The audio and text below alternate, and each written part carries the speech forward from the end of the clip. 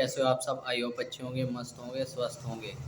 तो मैं आज आपको बताऊंगा डेक्स्टोमेथोर्फेन के बारे में।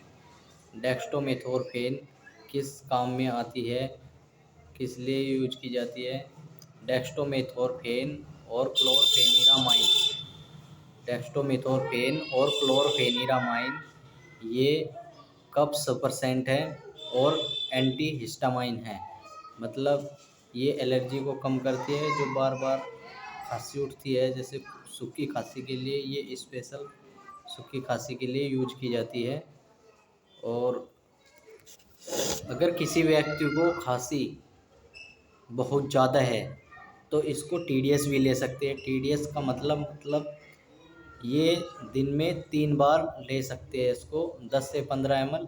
लेकिन डॉक्टर की सलाह के बिना ये यूज नहीं करनी है अपने आप से। ठीक है, थैंक यू गाइज।